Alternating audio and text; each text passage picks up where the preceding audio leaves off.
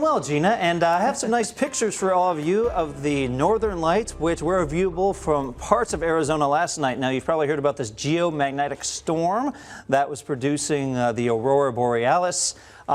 Pictures from New England, from the Northeast, were absolutely brilliant. If you have friends that live out there, they may have been sending you pictures. But here in Arizona, we got some views as well. This is from Kevin Martin in the wee hours of Prescott Valley. This is from our AZFamily First Alert Facebook page, by the way. Let's scroll down here. A lot of pictures coming in. This is from, look at this, North Phoenix, looking towards Lake Pleasant with the cactus in the foreground. That's brilliant. You can see those pink colors there. Now, I should point out, sometimes the naked eye doesn't pick up exactly the same colors. The camera sometimes add a little bit of extra color, but still fun for people to go out and see this. Let's see if there's anything else showing up with the northern lights.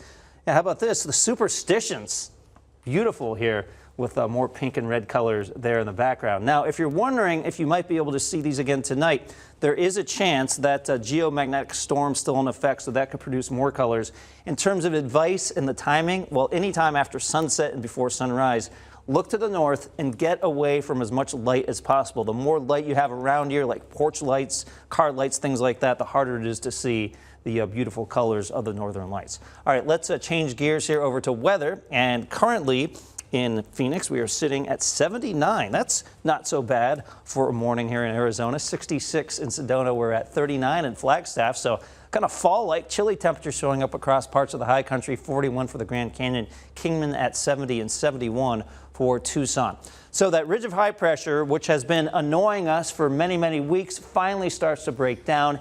Here is how I expect that to happen. So we're going to fast forward this computer model. See this arching pattern that kind of looks like a mountaintop? Notice how something that moves in that looks more like a mountain valley starts to take control. Now, this is not a huge disturbance that will knock down our temperatures to below normal levels, but it should be enough to knock those high temperatures back into the 90s. But not today. 106 your high temperature in Phoenix, 104 Lake Havasu City, 104 in Yuma, 90 for Winslow, 81 for Window Rock, 97 in Safford, and Sierra Vista at 92. If you're heading to the ASU game this evening, well, tailgating will be hot. We'll be in the 100s there. Kickoff at 7:30, around 95, so at least it drops off a little bit, and then 85 by the fourth quarter. But not a bad idea to at least try to drink in some water with whatever else you're partaking in during the game because, yeah, a very hot start, especially before that kickoff.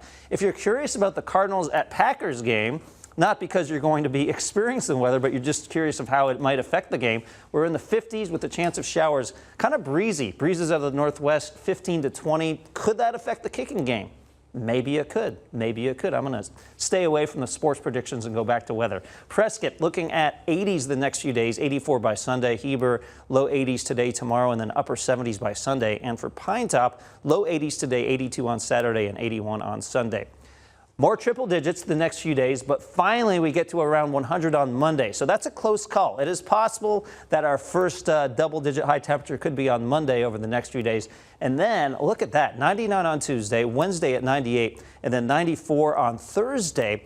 And then those overnight temperatures also starting to slip down towards cooler levels. By Thursday morning, 70 is your Phoenix forecast low temperature. But remember, outside of Phoenix, across parts of the valley, you could easily see those numbers dropping in to the 60s.